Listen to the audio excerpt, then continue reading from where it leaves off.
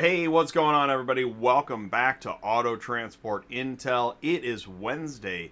It is noon Central Time. That means it is time for DOT Compliance, where we're going to spend time with your DOT guy, Brian Riker. If you've got a question, DOT related, FMCSA, IRP, ELD, whatever bothers you, let's put it that way. Hey, let's do this. Do me a favor. Click share, click copy, grab that YouTube link, and after you leave a like, thank you so much. What a crazy show last night. Did you guys tune in for that? Go to autotransportintel.com, click on sign up. Yeah, I probably shouldn't be texting Ty when it's time to go live, but I was doing that. That was an amazing show last night. I'm going to say it a couple times. And you can see, I think you can see it. Can you see it? Ty is here, John is here, Chris is here, Devin's here, David's here. Thanks everybody for tuning in, saying hello. And we do have, looks like we got some questions for Brian, so let's check in with Brian. It's only a 30-minute show, so we got to get on the move. Here we go. Your DOT guy, Brian Riker, is here with us, and he's on the road, literally on the road. Brian, what's going on? Good afternoon, Jay. Another day in paradise. Yeah, it is a day in. So you're on the road. You're feeling mediocre. You're all right. I've got a scratchy throat, and I'm not sure if I'm getting sick. I know it's not the COVID because I recently had a test because of an exposure, but I also did a training class in Illinois on Monday with a mass transit district, physical hands-on tow truck driver class for 20 of their maintenance staff. And we had to, under their policy, wear a mask all day. So I did 8 hours speaking with a mask on. The classroom wasn't too bad, but the hands-on in the shop over the ambient noise, I think I just strained my voice. And then I had a bunch of Zoom calls and meetings yesterday and this morning, but we'll get through it. No, you're doing great. But yelling through a mask isn't easy. Not at all, my friend. And the days when you could just say, I think I've got a bit of a cold. Can't do it. I had to qualify that now that it's not the COVID. I want a t-shirt that says I sneezed in a grocery store. Yes. Okay, live chat. and I mean, I take COVID serious. It is a real thing. Yes. In fact, a very well-known, well-liked member of the car haul community succumbed to COVID on I heard Monday. About this. Yes. Will you talk about this? Yeah, Stan, the owner of Kansas Transit Express, he's a very good friend of mine. He actually originally was from Pennsylvania, not too far from where I live. He's lived in upstate New York, but the last 30 plus years he's called Kansas home. And he's known for being innovative in this industry. He hauls large vehicles, shuttle buses, and he's had custom-built Stingers and a bunch of different truck designs to move his product. And he was a great mentor to a lot of people because he would give back to everybody. So, unfortunately, he succumbed after a long battle in the hospital. He succumbed to COVID, and so we're all missing Stan right now. I saw the... I think it was a Facebook post this past weekend, and Stan was on the show a couple times. Yes, he was. You had a great conversation with Stan, and I believe I was on an episode with him as well on your Tuesday night show. I forget exactly what the topic was. We did too many mobile apps. Oh, it was mobile app tug of war. Yes. Yes, because he was having issues with the apps not being compatible. In fact, he was going to reach out to the folks as Super Dispatch to work on some more integration of apps. And we're going to miss him in this industry. He's a really cool guy. Yes. Yes, he was. But not to bring everybody down. I'm really glad that we touched upon, honestly. Yes. Because, that's part of the community and the ecosystem is that I don't know. I don't even know how to put an end cap on that, but I'm really glad that we talked about Stan. Thank you, Stan, so much for everything you did for this community. Really appreciate it. Yes. Let's do this. Okay, we do have some. I think we have a couple questions. Okay, I think David's got one. Oh, and I got an old question about length. Ram 3500 with a bed and a 45-foot flatbed. Am I over length? Depends on how long your Ram 3500 is. You are limited as a truck trailer with the bed to 65 foot from the furthest front point of your truck to the furthest rear point of your trailer. Take out a tape measure. If it's longer than 65 foot, yes, you are over length. And he adds, the flatbed is a gooseneck hitch.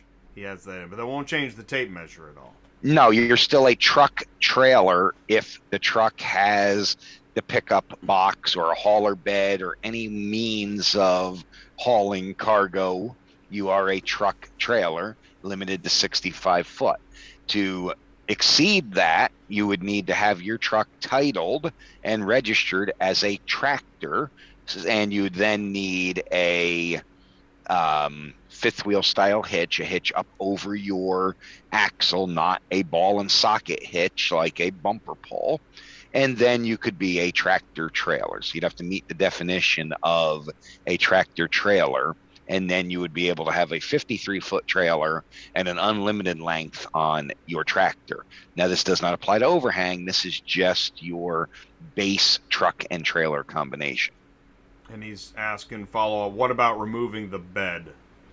Removing the bed in itself does not let you be longer. You still would have to have the title to the truck rebranded, because if you look at your title and you look at your registration, every state has a different code, but it's going to say TK or something similar to that. That means it is a truck.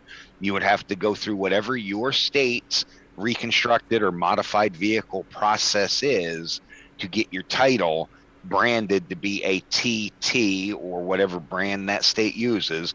The truck class would have to be changed to a tractor. Victory Lap Transport. Hey, Brian, I went to the DMV, tried to register the truck, was told I could do this in my personal tag. I believe the woman at the desk was uninformed about what should I say to clarify things, Virginia non-CDL. But I did get my CDL permit that day, but no registration for the truck. Well, that's half the battle. You could register the truck in your personal name, but then you would have to lease the truck to your motor carrier, unless you are a sole proprietor and you own the motor carrier as well. So if it is Devon DBA Victory Lap LLC, or Victory Lap is a single member LLC, then it doesn't matter what name is on the title. If it's a true corporation or something of that effect, then you could still have it base plate in your name, but you would have to lease it to the motor carrier, which means you'd have to carry a lease document with you. It's easier just to register the vehicle in the name of the motor carrier that's going to be responsible for safety. Chris asks, hey guys, equipment question about fifth wheel hitch. Looking at pull right, which floats and allows trailer to pivot 90 degrees. Does anyone have any info? Personally, I don't like them. And it's not that particular brand, it's that concept.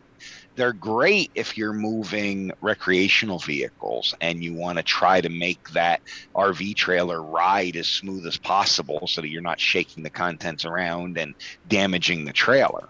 When you're hauling a high center of gravity load, such as a wedge car hauler, it's my personal opinion, and I do not have any scientific data to back this up, but just experience with these trucks, the trailer rocks too much. It does allow the trailer to pivot, but it's my gut that that's going to allow you to pivot. It's going to allow it to rock. High center of gravity, you're probably more likely to have a rollover. I'm sure that the manufacturer will claim different, and I would love one day to have one of their engineers come on the show so that maybe I can learn something, because I am not an expert on that style of hitch.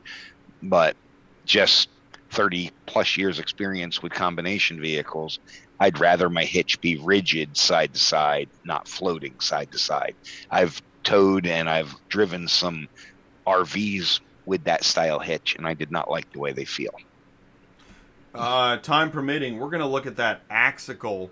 I don't know if you got that. It's this thing. I did get Saw that. Yeah, I'm not sure what to think of that. I have some ideas on that. Awesome. I knew you would. All right, cool. We'll get to that when we have time. Chris says, "Hey Jay and Brian, there was a transporter stopped in Missouri. Dun dun dun dun. The trooper allowed him to remove the bed and come back for his trailer." Okay.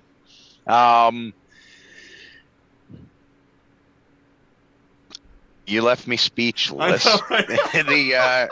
The officers don't always get it right in the field. So that officer was going with, well, without the bed, I can consider it a truck trailer. And perhaps under Missouri law, that is all you need to qualify as a truck trailer. I know here in the Commonwealth of Pennsylvania, where I live, if we wanted to call that a tractor trailer, not a truck trailer, we would have to go through our reconstructed vehicle process, which includes an inspection by a state licensed inspection facility, pictures of the modification submitted to PennDOT, and a new title for a reconstructed vehicle being issued. Missouri, maybe the officer said, okay, take the bed off, mount the hitch to your frame and come back, and I'll consider you a tractor trailer. I don't doubt that it happened. No doubt in my mind it's happened. But was the officer absolutely correct? That I can't say without studying Missouri law. Length, I cannot give you a one-size-fits-all issue, because length other than a tractor trailer becomes a state level issue, just like vehicle overhang on something that doesn't meet the definition of an automobile transporter becomes a state level issue. And so then we have 50 different state laws. And when we add all the different territories and protectorates of the United States, we have 60 some different regulations on what it could be. Because you do have some states that will allow longer than minimum, but the states must go with the minimum that is the federal standard, which for a truck trailer combination is 65 foot. The guy's, he's at the window. You're gonna remove it. It's like, did you get all that? Okay, I'll remove that bed. Yeah. I might would have just had it towed out of Missouri instead of tearing my truck apart like that. Can they build like an interstate that just goes over Missouri? Your state's a bunch of problems for car haulers. My state? Missouri. Aren't you in Missouri? Or are you on the other side in Kansas? I'm in Missouri. Okay. Dino Brown says, hey, if you register as a tractor, cab, chassis, low pro 50-foot trailer, would that require a CDL? It's going to depend upon the weight. How the vehicle is registered has no bearing on whether you need a commercial license or not. It is strictly the weight rating. So you take the gross vehicle weight rating from inside the driver's side door on your truck, the gross vehicle weight rating from the front of your trailer, add them together. If they exceed 26,000 pounds, and the trailer exceeds 10,000 pounds, then in most states, that is a Class A vehicle. Some states, a handful of Western states, as soon as it exceeds 26,000 pounds, it becomes a Class A vehicle. They don't care. Let me correct that. As soon as a trailer exceeds 10,000, regardless of what the combination, California wants a Class A CDL. So to determine whether it's a CDL is not how it's registered as a tractor trailer, the length of the trailer. I get asked this question all the time, if the trailer length makes a difference on your license, and it does not. It is strictly the sum of the weight ratings of the truck and the trailer, or if you physically exceed 26,000 pounds actual weight and the trailer is rated for more than 10,000 pounds, then you're going to jump up into a CDL territory. Did you get all that? Okay, good. Vistaga. I pulled a large generator the other day. DOT officer told me I needed $1 million in liability to pull generators. Is this accurate? He may be treating the generator as if it was a motor vehicle. And if you're pulling a motor vehicle, yes, you need $1 million liability because it is ORMD class 9 hazardous material because of the motor fuels, gasoline or diesel, oil, antifreeze, the fluids that are in it. So a generator has a motor just like a motor vehicle does. So they may be applying that same standard to it. I don't know the actual technical answer. I could look that one up. But my guess would be he was treating it like it was a motor vehicle, which the motor definition of a motor vehicle is very narrow. It needs to be self-propelled. That's how they just beat back the trailer aerodynamic skirting requirements from California Air Resources Board, because CARB only can regulate motor vehicles and trailers are not motor vehicles for that purpose. So a trailer mounted generator may not be a motor vehicle, and the officer may have been incorrect, but I would have to dig deeper into that one. It may simply be because it has fluids in it. I do remember reading something about that in the class 9 when they're determining whether you are a hazardous material transporter or not, but I'd have to dig deeper into that one. And then he said, you need a haircut. You look like a hippie. Question. My follow-up question is, do DOT officers look at your amounts of insurance? Not necessarily, unless they're trying to find out you do not have authority. So if they were concerned about you having for hire operating authority and they went to the L&I website, licensing and insurance website, then they may notice that insurance on file was only $750,000. But otherwise, outside of a compliance review, no, they don't normally look at the level of insurance. They just look to see that you have valid insurance on file. Kind of gas you put in this baby? Kind of mileage you getting? You know. Okay. Well. Let's pause for a second, because this is a great speaking point. Sometimes the officers will be extra friendly, and some of them just are great people and they're friendly. I have personal friends that are motor carrier enforcement officers, but other times it's an interrogation or an investigation technique they're taught to get you speaking. And they're doing it for a couple of reasons. A, they want to gauge your level of fatigue to see if you start slurring your words, if you're tripping up on what you're saying. That also maybe will tell them you're nervous and maybe there's something that isn't quite right here with your load or your cargo. Or you're going to slip up and say something and it's going to lead them to find a false log entry because you happen to just mention the truck stop 20 miles back and how crazy it was, but you didn't log it in your book that you stopped there. So unfortunately, in today's day and age, we don't really want to be very conversational with law enforcement officers when they have initiated a traffic stop or an inspection, because that's part of their interrogation technique to find, and whatever we volunteer freely and willingly can and will be used against us. So sometimes they're just being friendly. Other times they're trying to find out if you're fatigued, distracted, somewhere you weren't supposed to be, or something else. So maybe that conversation about the generator and insurance was leading or leaning for something else. Yes, I actually really like this topic. I'm going to call this the fishing expedition. When you're engaged in a fishing expedition, yes, just remember, because this gets into just in general the psychology, right? If you're asked a question, or if it seems like you're headed into a conversation, try to rein it back into one-word answers. Yes or no. Maybe. I don't know. I can't recall. It gets very good mileage, yes, but I can't recall. You know? And make sure you understand the definition of is. Ah, nice. Then remember that was in the deposition of former President Clinton. It depends on what your definition of is. Right, what is. And then that's when he says, "Don't mess around with me. Get the bed off that thing, and I'll let you out of here." Hey, Uh-huh. I want to share this. I shared these videos last night. You got to see this stuff. Have you seen this? Yes, I have. I've seen that one several times over the last couple of months.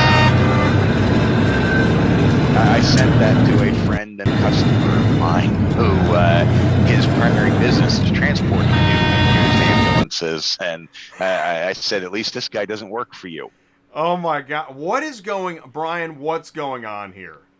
I'm going to say that obviously the ambulance was not secured properly, and either he didn't have it in gear in park, or something failed in the transmission. Maybe that was an in-op that had been winched up on there and they forgot to put it back in park. Oh. And not having, if it's not in park and locked down with a parking brake, and if he was using straps, they have a tendency to work themselves loose on the wheel from time to time.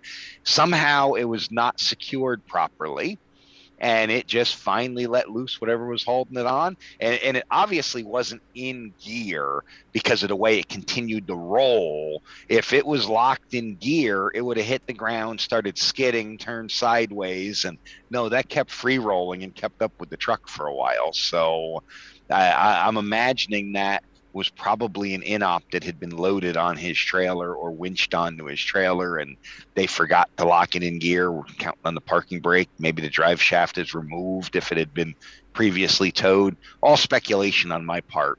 The only thing I can say for certain is it was not adequately secured, or it wouldn't have come off even if it was out of park. The guy called his customer, "Good news, it's not an in-op."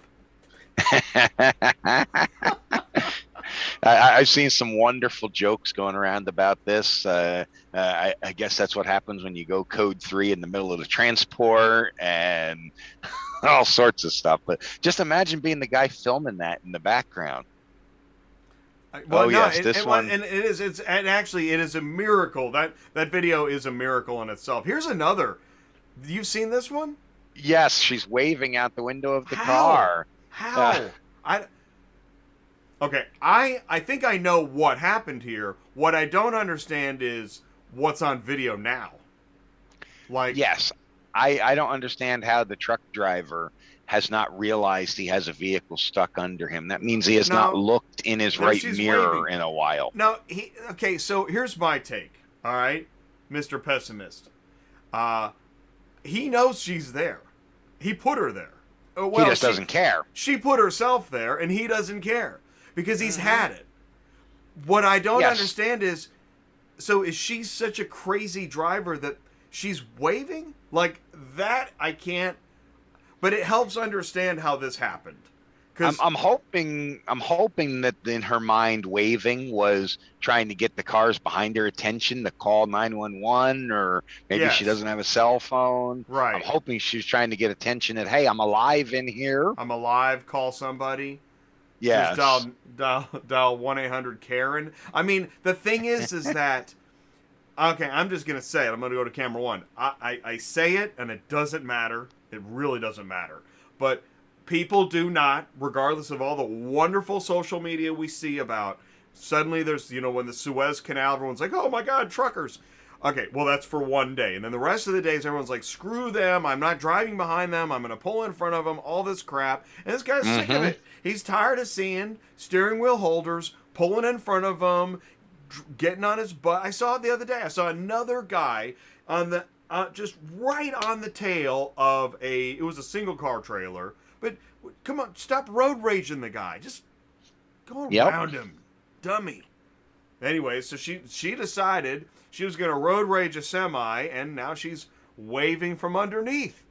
That could be. She got well wedged under there, so whenever they hit, there was some good momentum going.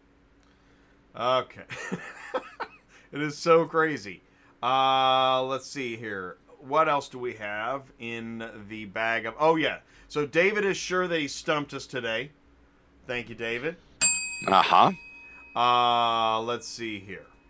Oh, we are... Yeah, we've been on How We Doing. Here's another How We Doing. What is going on here? Have you seen this one? No, I had not. Now, I don't think the guy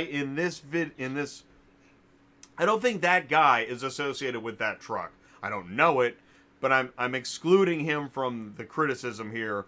What is going on inside that truck, though? What was that? Well, I'm thinking that looking at the direction, because if you look at, for those in Podcastlandia, we have a rolled over truck. I can't quite tell if it's a trailer or a straight truck, but it's a rolled over truck that looks like it's some sort of food service delivery truck by the graphics on the rear roll up door. And it's obviously facing the wrong direction for where it is rolled over. In fact, it looks like there's a load of groceries and stuff laying on the ground. And then there's a BMW facing the wrong way, just poking its nose, or the correct way for flow of traffic, but opposite of the trailer, poking its nose out through the roll-up door. So no, I don't think this guy was hauling a car.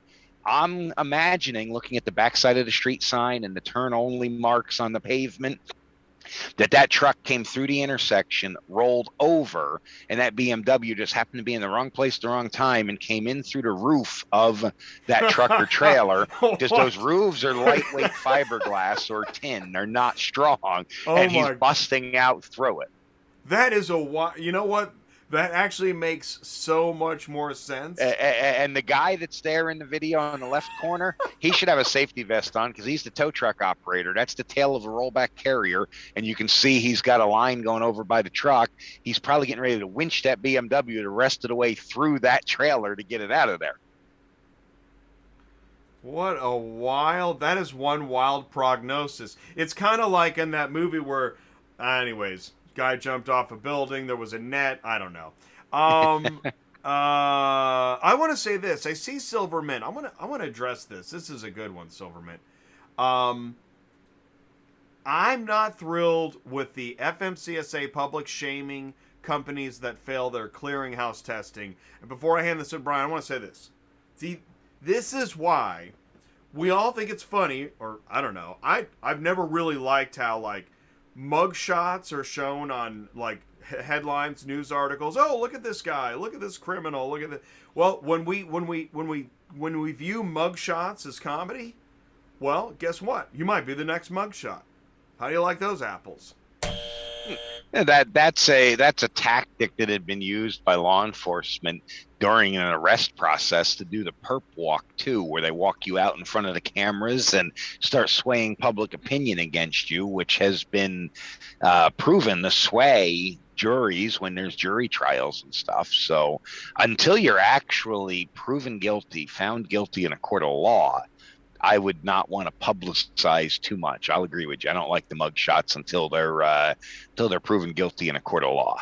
Perp walk, that's it. So the perp walking the clearinghouse kids, yeah. So what's this with the clearinghouse? Because this is something I haven't heard about yet. Well, man. I think in general, the clearinghouse, and I understand the premise of the clearinghouse is to stop, like, drug-addled meth heads from clearing out motorcycle clubs on the highway. I get that. Mm-hmm. But then we take it too far. And I don't know exactly what Silvermint is seeing, but I do believe what we just said about perp walks and mugshots, it's probably more public in some ways than maybe it should be, can be, would be, but this is what we get. Yeah, I'd need to know more about exactly tuned. What he's talking about, because I don't. So send in your mugshots to autotransportintel@gmail. That's just wrong. That is just wrong. Let's see. What else we got here? Send in your mugshots. Oh, yeah, here's one. Violation of the week. Don't be the Grinch and take down a town's Christmas lights. Did you see this? MCO3... Callaway, Region 4, assisted the Lincolnton Police Department in reference to a CMV that took down Christmas lights in the city. During the inspection, Officer Callaway discovered the load being transported was over height and not secured. Drive was also placed out of service for not having an ELD. But wait! Then, Grinch strikes again. Here's a continuation of yesterday's violation of the week. Sent pictures and information that the out-of-service vehicle and driver continued into South Carolina after the officer placed him out of service. In the photos, you can see the driver struck a bridge. What the heck? What is this? I saw the pictures of that trailer hitting the bridge. So he was cited up in Georgia for being over height. Obviously he was if he took down decorations that are hung legally above the road. So that means he's more than 14 foot tall if he took down the decoration strung over the road. Then he hits the bridge. He's hauling two trailers. Two trailers on a trailer. So he is he's in a whole lot of trouble.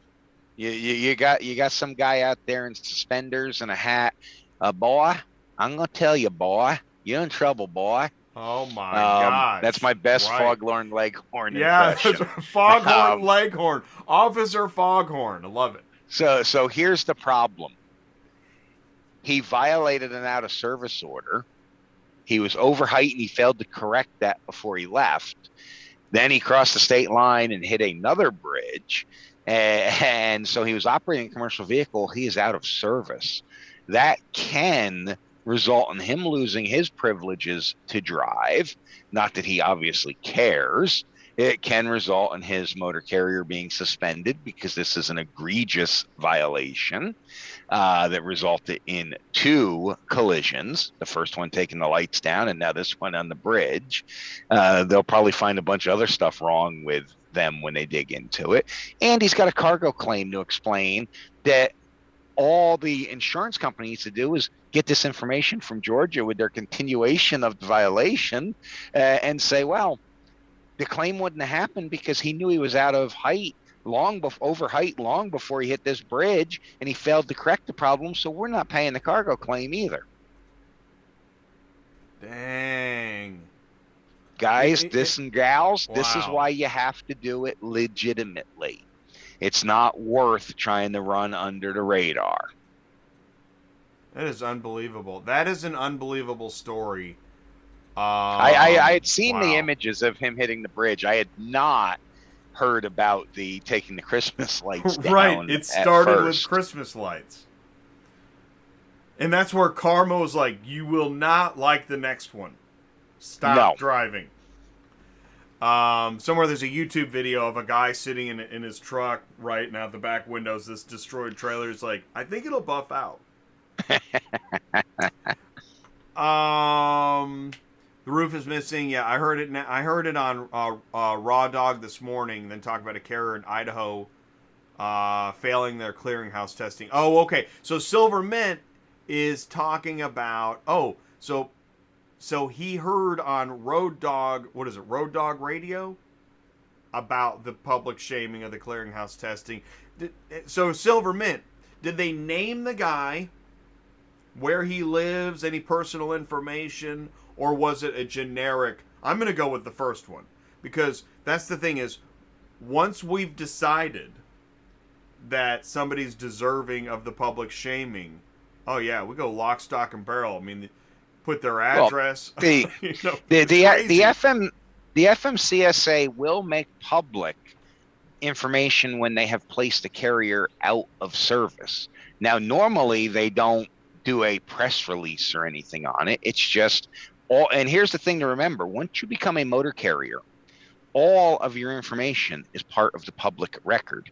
That application you fill out with your name and your tax ID number, your social security number, all of that is something that anyone can request. It is a public record once you submit it.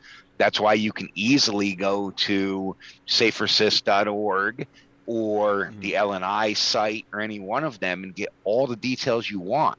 There's some public-facing details that are very easy to get. They're for free.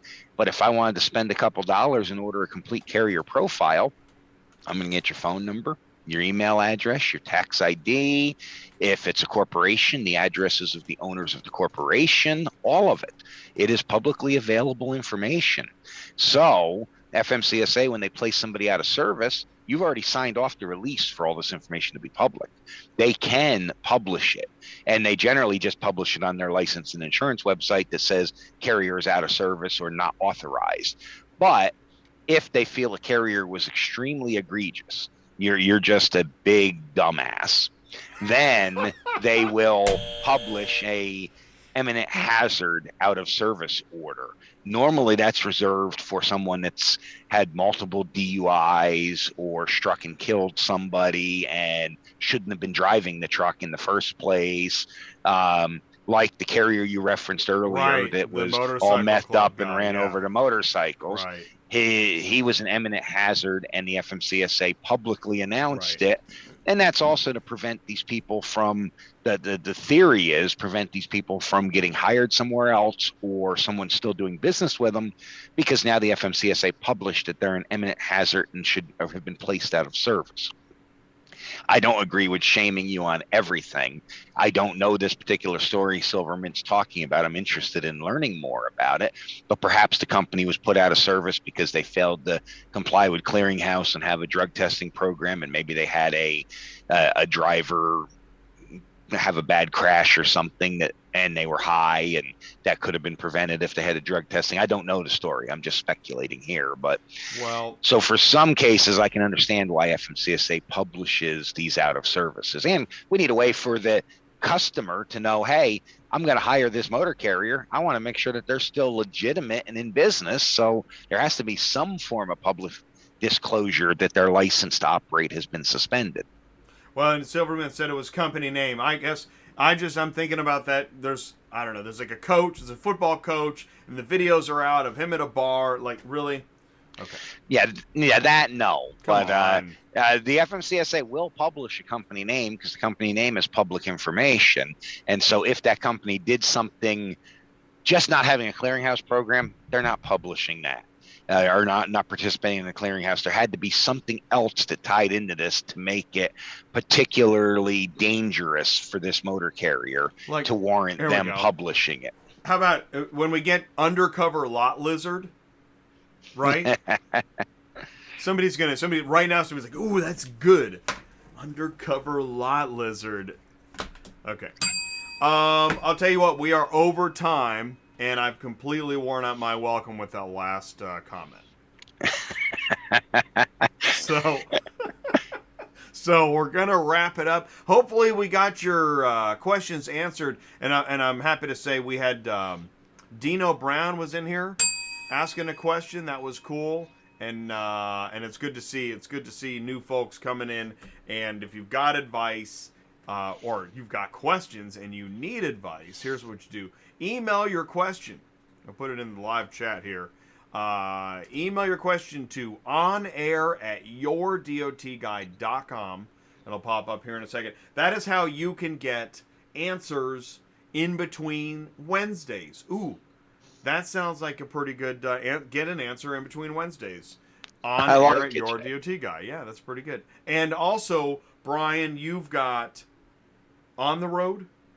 On the Road with your DOT guy, Brian Riker. It will be dropping by the first of the year. We're going to drop new episodes. It's a weekly short form, 30-minute or less podcast with a couple of times a year. We'll take a deeper dive into a topic with some guest interviews. It's going to be available anywhere podcasts are available. So Google, Apple, iTunes, iHeartMedia, Stitcher, anywhere you can get a podcast. It's scheduled to drop right now just after the new year. Fresh episodes every Saturday. We're going to shoot for at least 30 episodes per season. That's awesome. On the Road with Brian Riker, new podcast. Take a look. Keep an eye out for that. Brian, then we will, okay, I'm checking my calendar. We'll be back for sure. We got a show, next 2 Wednesdays. Maybe next 3. We might be good. We should be good right in a row. Next week, I'll be on the road on my way out to California, but I'll be somewhere where we can stop and do this. And I guess keep us posted on, right now the weather's good. We haven't had any weather problems, right? Yes. So let me know if weather becomes a thing. We don't talk about it that much. It's kind of like truck parking. We know it looms, but what can we do about it? Well, on a trip like that, 'cause I'm going to Northern California, I'm going to be very aware of the weather. I'm going to have to make a go or no go decision for the northern versus the southern route. I can go up over I-70 and 80 and work my way out that way, or I can add 300 miles to the trip and go down 44 and 40 and in that way and up to catch the 5 and go up that way. Adds 300 miles, but that's nothing compared to getting shut down for 2 or 3 days when the road gets closed because of the snow. So for those of you that run the Northwest, it's serious out there when it comes wintertime, and the weather can change quickly. But be aware of your weather. That's my safety tip for the week, is be aware of the weather as we're in a very tumultuous weather cycle and a very unpredictable weather cycle this year. All the weather experts are saying that this is going to be a winter unlike any we've had in a while, and they can't quite accurately forecast what's going to happen. We stumbled into a pretty big topic here. Let me take another shot at this then. So how do you, given what you just said, because I didn't even know that. I haven't heard that, but I don't watch the weather as close as you do. How do you make that decision? What do you look for? I look for a couple of different long range models for the week when I'm planning a long trip like this. And I don't have any one go-to that I can say is more accurate than others, but I'll look at a couple of different models and see what they say. So basically by that, it means watch AccuWeather and the Weather Channel and one of the other national news channels that does national news, because they all use slightly different computer models to forecast, and then see where a couple of them are in agreement, and that's more likely to what's going to happen. And then when you know that there's a potential for a winter storm, don't just be listening to me on the podcast and your music. Actually use the radio or check the weather frequently with a weather app of your choice on your phone, so that you can stay aware of what you're driving into, because sometimes in a matter of 12 hours, their prediction has changed drastically. So don't just drive blindly, especially when you're heading up into the mountains somewhere. Don't just drive blindly. Pay attention to the weather. When you stop to take a break and grab a cup of coffee, look at the weather on your phone real quick and make sure nothing's changed. Question for you. So if you're headed west from, where are you starting from? Pennsylvania or Carolinas? I'll be starting just outside of Chicago. Okay. So when you're headed west, where's your point of no return where you have to make a decision to take southern route or northern route? Is there an area? There's 2 places where I could make the turn. One, right from where I'm starting and just go right down through St. Louis, Missouri and work my way to 44 to 40 and over. Or I can get a little ways into Iowa and then turn left and go down into Kansas, which is just a little bit further south, and maybe go southwest across Kansas and come in to stay southern, stay below the Rocky Mountains. Otherwise, I'm going to be going right up and over and through Salt Lake, Utah and all of that. And you get into some serious mountains out there where the weather changes very quickly. So be aware of the routing, be aware of the weather hazards. Also, you have to make that decision if you don't run out west all the time. Colorado, along with a couple other states, have chain laws. Colorado has a must-carry chain law. It's not only when the chains are required, not only when the lights are flashing. When they'll inspect you for tire chains, and you must have them with you, even if you don't actually need them for that trip that day. I forget the exact start and stop date, but we're in the middle of chain season. There's a great resource on the OOIDA website about chain laws for all of the states. It tells you when you can use them, when you can't, when you must have them with you, et cetera, et cetera, et cetera. So if you're an East Coast boy like I am that doesn't get out west all that often, I suggest you brush up on the rules before you head out there in the wintertime. Yeah, we got this dog. I drove in snow yesterday. Today it's 60. Silver Mint this morning. It was snowing west to Albany. I used Ventusky. Okay. All right, cool. So we're way over time. I got to let Brian go. Brian, thank you so much for another great show. Oh, Here we go. B Logistics slid one in. Which type of truck would Brian suggest to make the most money?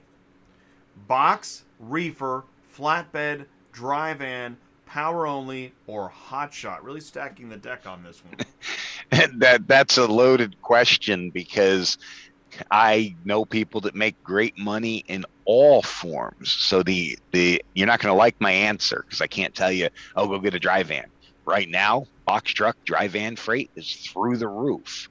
And the hotshot season's kind of dwindling down because we're coming into winter. Construction slows down across the country. So there's a few less general hotshot freight loads to move. But really, the one that's going to make you the most money is the one you can sell your services and market yourself directly to customers and not count on brokers and load boards and other people to provide you work. So if you personally know the reefer industry and you know a small shipper or two that can get you started with some direct freight out of your hometown, great. Do you want to run local? Do you want to run regional? Do you want to run irregular over the road? That's going to determine what type of truck is best because maybe you're in Florida. The only thing that comes out of Florida is perishable products. So you're going to want a reefer if you're in Florida. But if you're in Houston, Texas, maybe you want a flatbed because there's a lot of flatbed loads in and out of the port. If you're up here in Pennsylvania where I'm at, yeah, dry van. We've got warehouses every 500 feet, it seems like, and you could make a great final mile delivery running from Allentown, Pennsylvania towards New Jersey and New York City, delivering furniture and appliances. There is no one answer that's right. It's what your skill set allow for and what's in the area that you're in. Ty could talk to you for hours or days to help you figure this question out because there's so many variables to it. Me, I'm a car hauler and a tow truck operator, so if it doesn't have wheels, I'm not interested in moving it. Incredible answer. Great way to end the show. Brian, thank you so much. I'm going to let you get back to it, and we'll see you next Wednesday. And guys, if you have, like I said, if you have anything between Wednesdays, email Brian on air at YourDOTGuy.com. He will give you an answer. If there are YouTube comments, I'll make sure I tap you on the shoulder. If you missed this show, put it in the YouTube comments below. I'll make sure Brian sees it. Otherwise, Brian, thank you so much for your time today. I really do appreciate it. Thank you, Jay. See you next Wednesday. I'll see you next Wednesday, and get well soon, okay? Emergency. Thank you. Vitamin C. I love Green emergency. Oh, yeah, I can't too. do green tea. I'm allergic to green tea, but the vitamin C and the emergency, yes. All right, emergency, energy C, do it. Yes, sir. Okay. I'll see you next Wednesday. Sign out. We'll see you Wednesday. Thank you so much. Bye.